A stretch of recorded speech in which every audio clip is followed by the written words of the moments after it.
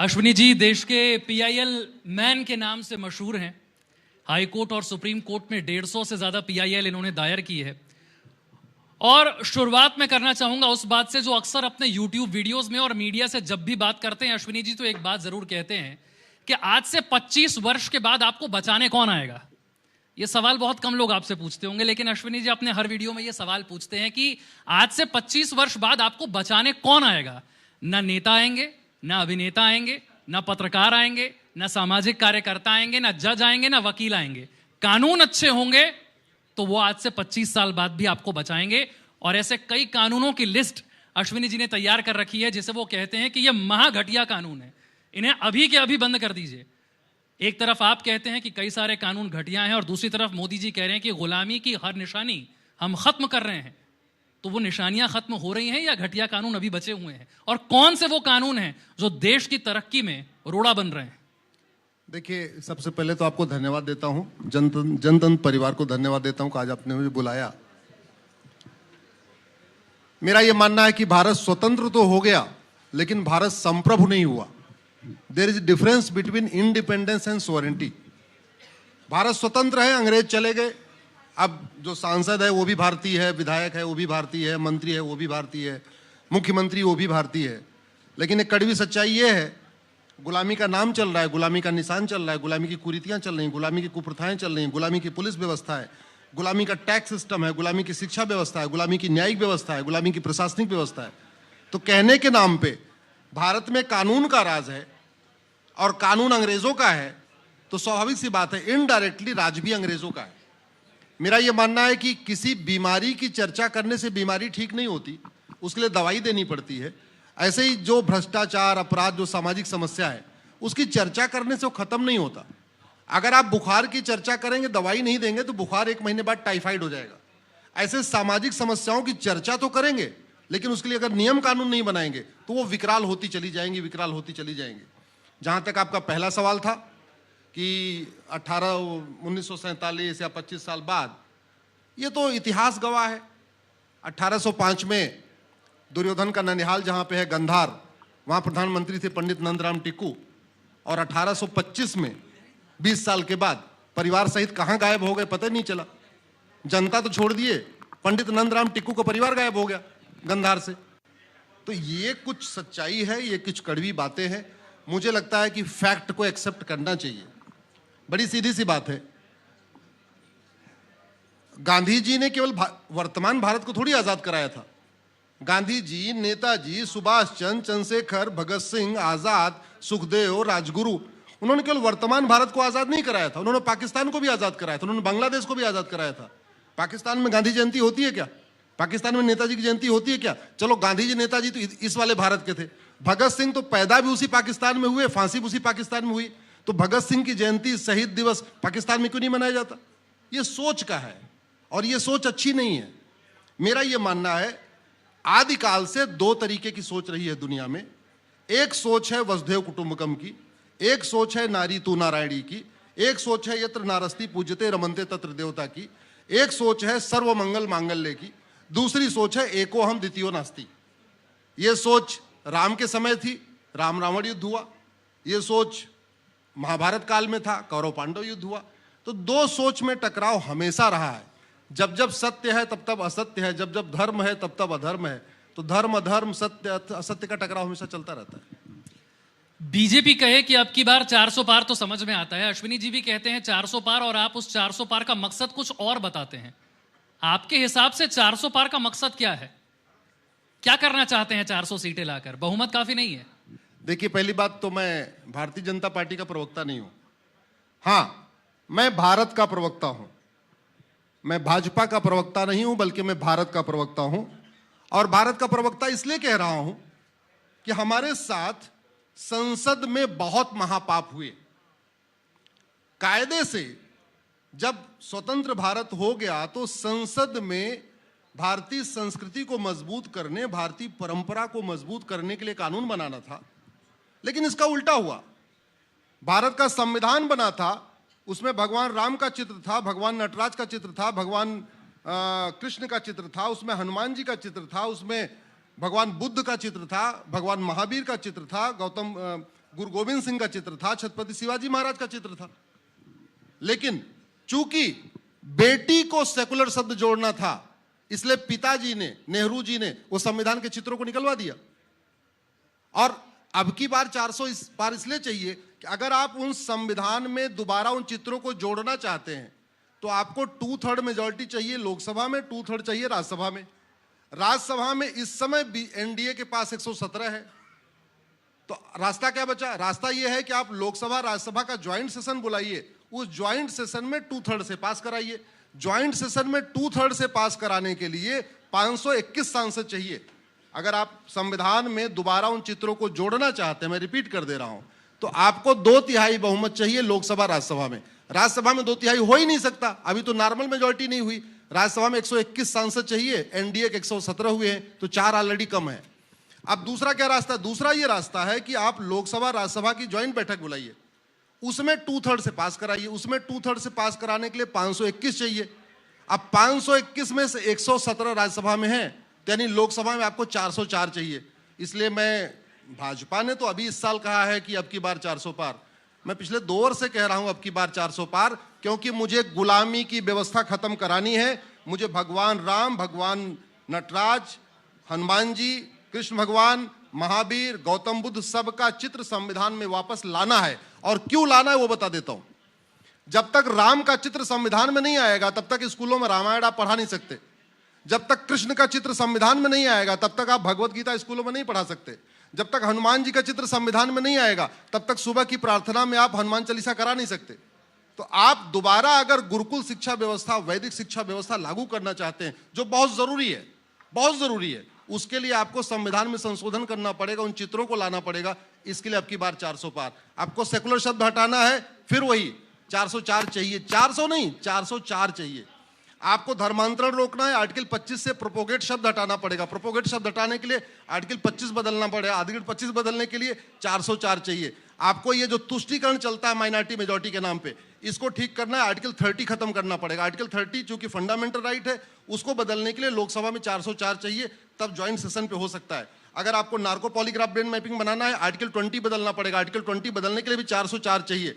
आपको समान शिक्षा लागू करना है कि गरीब अमीर की किताब एक हो, 1 नेशन 1 एजुकेशन बोर्ड हो, हिंदू मुस्लिम पारसी ईसाई सबकी 10वीं तक की किताब एक हो, उसके लिए आर्टिकल 21 बदलना पड़ेगा। उसके लिए भी आपको 404 सीट चाहिए। आज जो व्यापार के नाम पे हुक्का बार खोले जा रहे हैं, डांस बार खोले जा रहे हैं, सुट्टा बार खोले जा रहे हैं, दुनिया भर की कहानियां चल रही हैं। अल्टीमेटली आज भारत का युवा 2 चीज से बर्बाद हो रहा है, नशे से बर्बाद हो रहा है और अश्लीलता से बर्बाद हो रहा है। अगर आपको नशा और अश्लीलता को रोकना है तो आर्टिकल 19 को बदलना पड़ेगा। आर्टिकल 19 को बदलने के लिए आपको 2/3 बहुमत चाहिए लोकसभा राज्यसभा में। वो तभी हो सकता है जब लोकसभा में 404 है। आपके फंडामेंटल ड्यूटी सब लिखा हुआ है, आपको क्या क्या पालन करना है, लेकिन जो पालन नहीं करता उसको दंड नहीं मिलता। तो दंड की भी, जो आदमी अपनी फंडामेंटल ड्यूटी न माने उसको दंड मिले, ये करने के लिए आर्टिकल 51 बदलना पड़ेगा। उसके लिए आपको 400 पार करना पड़ेगा। ये गुलामी की पुलिस व्यवस्था बदलना है, 1861 का कानून बदलना है, पुलिस एक्ट, तो आपको 400 पार करना पड़ेगा।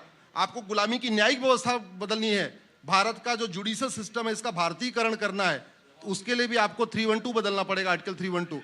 तो ये जितने संविधान में संशोधन करने हैं वो नॉर्मल सामान्य बहुमत से नहीं आएंगे, उसके लिए 2/3 चाहिए। तो राज्यसभा में 2/3 तो हो नहीं सकता अभी। तो एक ही तरीका है कि लोकसभा में 404 आए, जिससे लोकसभा राज्यसभा दोनों मिला के 521 हो जाए। मैं अपने अगले प्रश्न पर बढ़ूं उससे पहले मैंने देखा है कि हमारी ऑडियंस जो है वो हमारी चर्चा में काफी दिलचस्पी ले रही है। तो अगले प्रश्न पर जाने से पहले जब भी आपको लगता है कि आपके मन में कोई प्रश्न है तो आप इस प्रश्न को पूछ सकते हैं। आप अपने प्रश्न को सोचे, तब तक मैं अगले प्रश्न की तरफ बढ़ता हूं। बस सवाल याद रखिएगा, मैं भाजपा का प्रवक्ता नहीं हूं, इसलिए बीजेपी वाले सवाल मत पूछिएगा। हाँ, भारत के लिए जो क्या होना चाहिए वो सवाल मैं उत्तर दे दूंगा। जी नमस्कार, मेरा नाम अजीत नाहर है और पेशे से मैं कंसल्टेंट हूँ, लीगल एंड बिजनेस। मेरा एक ही प्रश्न है, दुनिया का एक कंट्री यूएई है ना, जिसमें दुबई, शारजाह, अमेजन सब आते हैं, वहाँ कोई लॉ नहीं है, वहाँ कोई वकील नहीं होता है, फिर भी कानून का पालन होता है। इस देश में इतने कानून होने के बाद उन कानूनों का पालन नहीं होता है। क्या सिर्फ कानून बदल देने से चीजें बदल जाएंगी? क्या हम लोग बदल जाएंगे? क्या हमारा डीएनए बदल जाएगा जो इतने सदियों से मुगलों मैं ने समझ राज गया किया? आप सवाल तो क्या सिर्फ कानून को बना देने पर से क्या हम ये बदलाव आ जाएगा? मेरा ये प्रश्न है आपसे। जी, सबको पता है कि हेलमेट पहनना हमारे लिए लाभदायक है, फिर भी हेलमेट वाला कानून है। अगर उसी हेलमेट वाले कानून को और मजबूत कर लीजिए कि अगर हेलमेट नहीं पहना तो स्कूटी आपकी छीन ली जाएगी, बाइक छीन ली जाएगी, सब लोग हेलमेट पहन के घूम निकलेंगे। अगर आप कानून तो आज भी है, मगर पहनता कौन है? आपने सवाल पूछ लिया ना भैया, अब ऐसे 1 to 1 नहीं होगा ना, सवाल पूछ लिया आपने। आप सबको पता सीट बेल्ट लगाना जरूरी है। आप कानून बनाइए कि जो सीट बेल्ट नहीं पहनेगा उसकी गाड़ी सीज कर दी जाएगी, उसको दोबारा मिलेगी नहीं। कल सब लोग सीट बेल्ट लगा के घूमेंगे।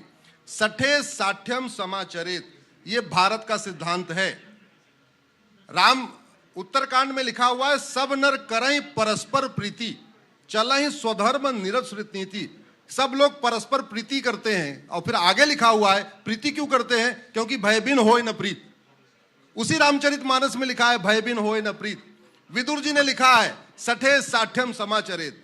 आप इतिहास उठा के देख लीजिए, भारत में सारे देवी देवता पैदा हुए। राम की धरती भारत, कृष्ण की धरती भारत, गौतम बुद्ध की धरती भारत, महावीर की धरती भारत, गुरु गोविंद सिंह की धरती भारत, सारे शंकराचार्य यहां पैदा हुए। सबसे ज्यादा राम कथा भारत में होती है, सबसे ज्यादा भगवत कथा भारत में होती है, सबसे ज्यादा। और लेकिन अराजकता है, अशांति है, माओवाद है, नक्सलवाद है, जिहाद है, पत्थरबाजी है, मजहबी उन्माद है। क्यों? क्योंकि दंड कम मिलता है, और जो मिलता है वो 25 साल 50 साल के बाद लोगों को याद ही नहीं रहता कि अपराध भी किया था। दुबई में इसलिए शांति है, आज अगर आपने अपराध किया 1 महीने का दंड मिल जाएगा, और ऐसा दंड मिलेगा कि 100 किलोमीटर दूर तक पता चलेगा कि आपने अपराध कोई किया हुआ है। मैं उम्मीद करता हूं कि जवाब मिल गया होगा। अगला प्रश्न जी। जी, मैं अग्निवीर, आपने सुना होगा एमएल शर्मा जी जो फर्स्ट उन्होंने पीआईएल फाइल किया था, और अग्निवीर जो है पूरे देश में एक बहुत बड़ी जो राहुल गांधी से आवाज को उठा रहे हैं। हालांकि आप भाजपा के प्रवक्ता नहीं है, इसलिए मैं ये सवाल आपसे डायरेक्टली नहीं, मैं बिल्कुल मत पूछिए, भाजपा वाला नहीं। लेकिन जो लीगल तरीके से आप बताओ कि क्या ये कोर्ट में, जितना आप समझते हैं, मैं भी एडवोकेट हूँ, मैं भी प्रैक्टिस करता हूँ, तो क्या अग्निवीर, क्या देश के युवाओं के लिए ये कहीं ना कहीं उसके साथ हमने फंडामेंटल राइट, जो राइट टू वर्क जो है, कहीं ना कहीं उससे इन्फ्रिंज कर रहा है? मैं 2-3 चीजों का मुझे बिल्कुल जानकारी कम है। फाइनेंस के इश्यूज की मुझे जानकारी कम है, डिफेंस के इश्यूज की हमें जानकारी कम है, इसलिए मैं उसका जवाब देना ठीक नहीं समझता। जब जिसका मैं एक्सपर्ट नहीं, उसका जवाब कैसे दे दूं? अमिताभ जी, माइक आगे बढ़ाइएगा प्लीज। प्लीज। Thank you. मैं अमिताभ कुमार हूँ।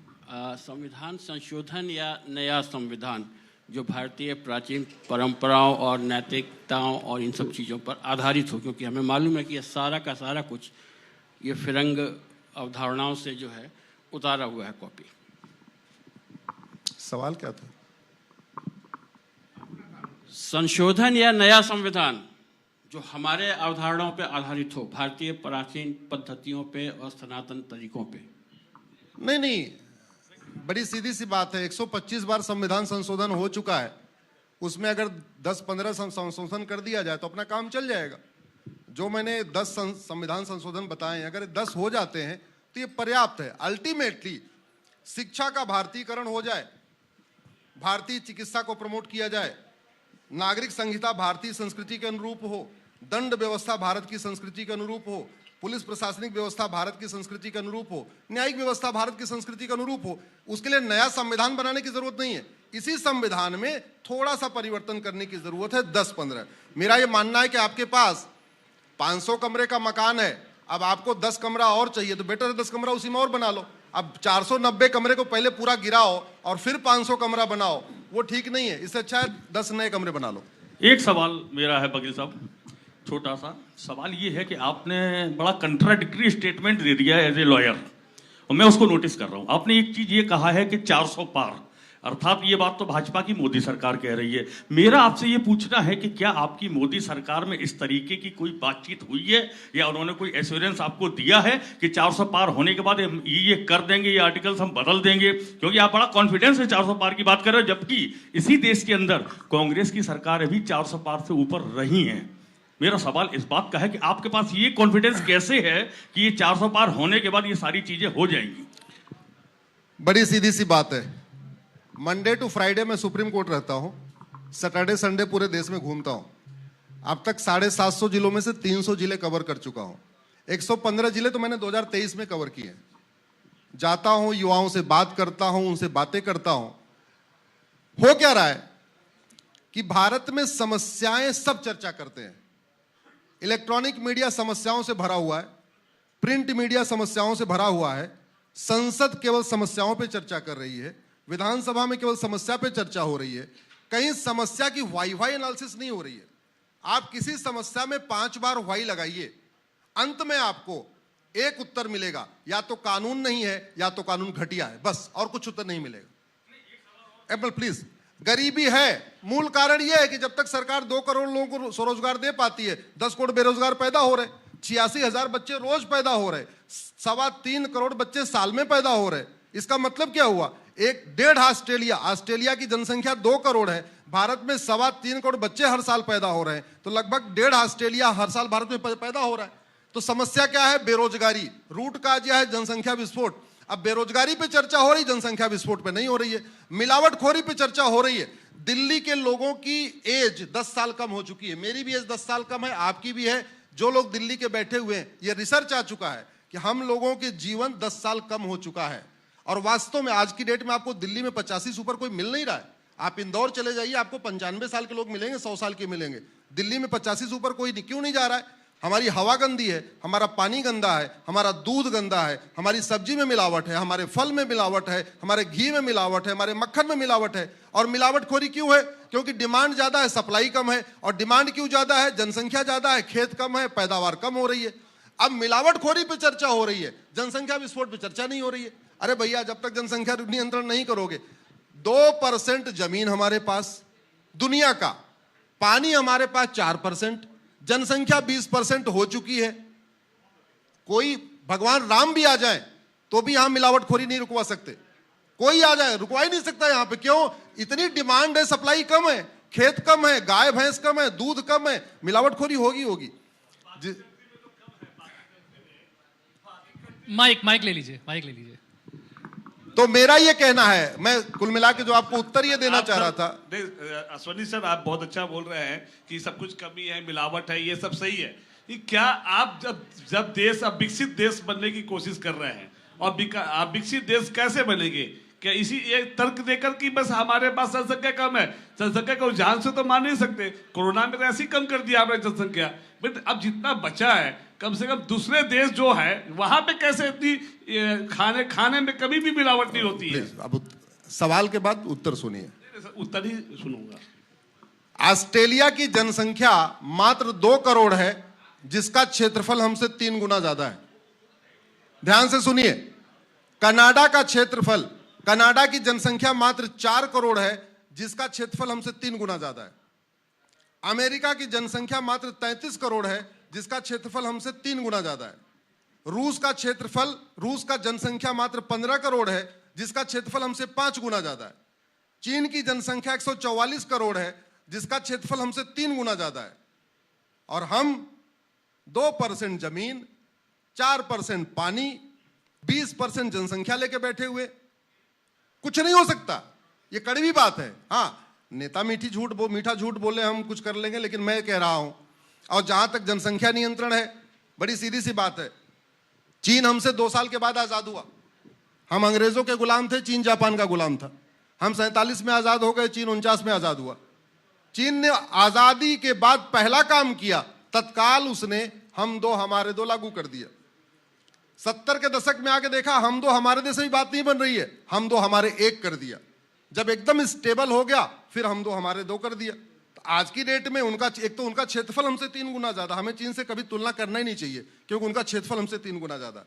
ऐसे कंडीशन में वहां वो पूरी तरीके से आत्मनिर्भर होते चले गए। हमारे पास रिसोर्सेज नहीं थे, पॉपुलेशन इतनी ज्यादा। आप खुद सोचिए, जब हमारी जनसंख्या 40 करोड़ थी तो भारत में 4 करोड़ गरीब थे, यानी मात्र 10% गरीब थे।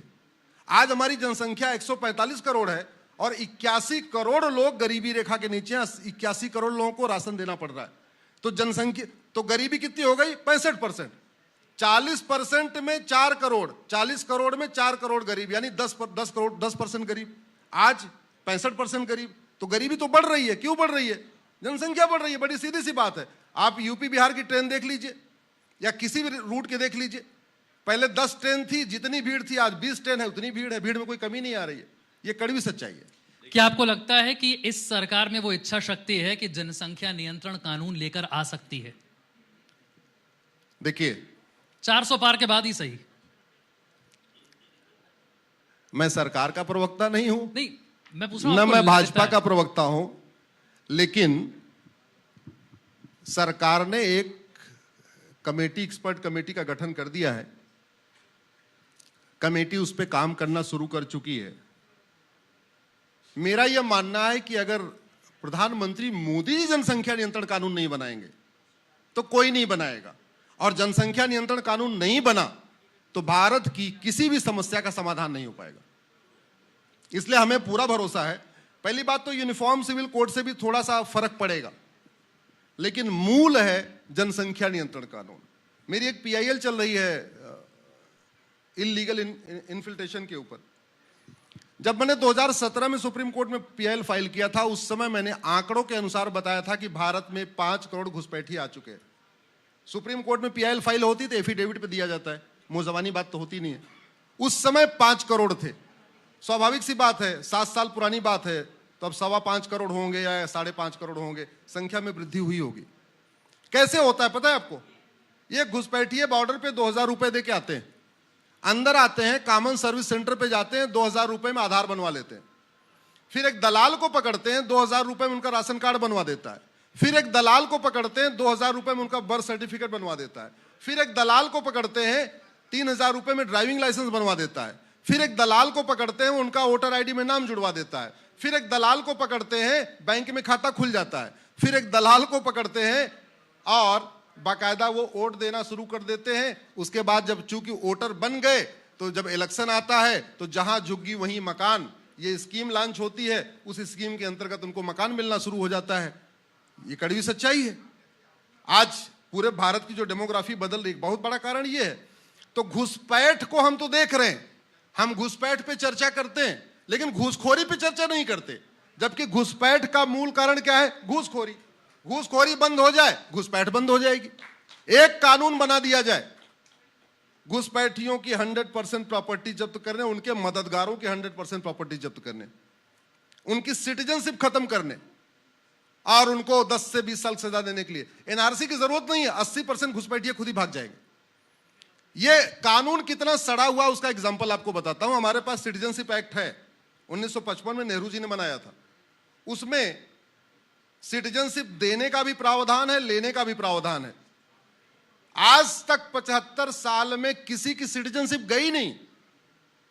किसी जासूस की, किसी गद्दार की, किसी देशद्रोही की, आतंकवादी की, अलगाववादी की, माओवादी की, नक्सली की, या किसी की भी सिटीजनशिप गई नहीं। अगर आपके पास कानून है फिर भी किसी की सिटीजनशिप नहीं जा रही है तो बड़ा सीधा सा मतलब, या तो डॉक्टर गड़बड़ है या दवाई गड़बड़ है। अगर बीमारी ठीक नहीं हो रही तो 2 ही कारण है, या तो डॉक्टर गड़बड़ या दवाई गड़बड़। बार बार एक्सीडेंट हो रहा है तो या तो ड्राइवर गड़बड़ या गाड़ी गड़बड़। बहनें बैठी हुई हैं, खाना ठीक से नहीं बन रहा है तो या तो खाना बनाना नहीं आता है तो तेल मसाला गड़बड़ है, और कुछ तो नहीं हो सकता ना। तो अगर भारत में नशा तस्करी है, सिंगापुर में क्यों नहीं है? सिंगापुर में एक व्यक्ति 900 ग्राम गांजा लेके घूम रहा था एक कॉलेज के पास। आप लोग गूगल करिएगा, डिटेल मिलेगा। मात्र 900 ग्राम गांजा एक कॉलेज के पास पाया गया, फांसी दे दिया उठा के। हमारे यहां 9-9 कुंटल गांजा मिलता है, 9-9 कुंटल चरस अफीम मिलती है। अभी 3,500 किलो तो कल ही मिला है, आज के फ्रंट पेज भी खबर है। आज तक बताइए किसी नशा तस्कर की नागरिकता गई? आज तक किसी नशा तस्कर को फांसी हुई? आज तक किसी नशा तस्कर की 100% संपत्ति जब्त हुई? हमारे देश में इतनी मानव तस्करी है, छोटी छोटी बच्चियों को उठा के बेच दिया जाता है। आप बताइए आज तक किसी भी मानव तस्करी करने वाले की सिटीजनशिप गई? किसी की 100% प्रॉपर्टी जब्त हुई? किसी को आजीवन कारावास फांसी हुआ? नहीं हुआ। तो इसलिए मैं कह रहा हूं, कानून अच्छा हो, व्यवस्था अच्छी हो, बिल्कुल लोग ठीक से चलते हैं। वही आदमी नॉर्मल ट्रेन में चलता है, मूंगफली खा के फेंकता है। वही आदमी फ्लाइट में चलता है, उसको पता है सीसीटीवी लगा है और पकड़े गए तो जिंदगी भर के लिए डिबार हो जाएंगे, कभी जहाज में उड़ नहीं पाएंगे। वो हमेशा नैपकिन यूज करता है, कभी मूंगफली खा के फेंकता नहीं है। क्यों? कानून कठोर है। अरे इंसान भी उसी तरीके काम करता है जैसे जानवर काम करते हैं। जहां जानवर को लगता है स्ट्रिक्ट एक्शन होगा वहां जानवर ठीक रहता है, इंसान को लगता है स्ट्रिक्ट एक्शन तो इंसान ठीक रहता है। बिल्कुल ठीक आपने कहा और बड़े अच्छे तरीके से आपने समझाया कि किन कानूनों को खत्म करने की जरूरत है और कौन सी ऐसी चीजें हैं जिसे लेकर कानून तो है लेकिन उससे कड़ाई से पालन नहीं किया जा रहा, उसे लागू नहीं किया जा रहा। और जो आपने कहा कि अगर अब की बार 400 पार हुआ तो बहुत सारी चीजें ऐसी हैं जो बदल जाएंगी।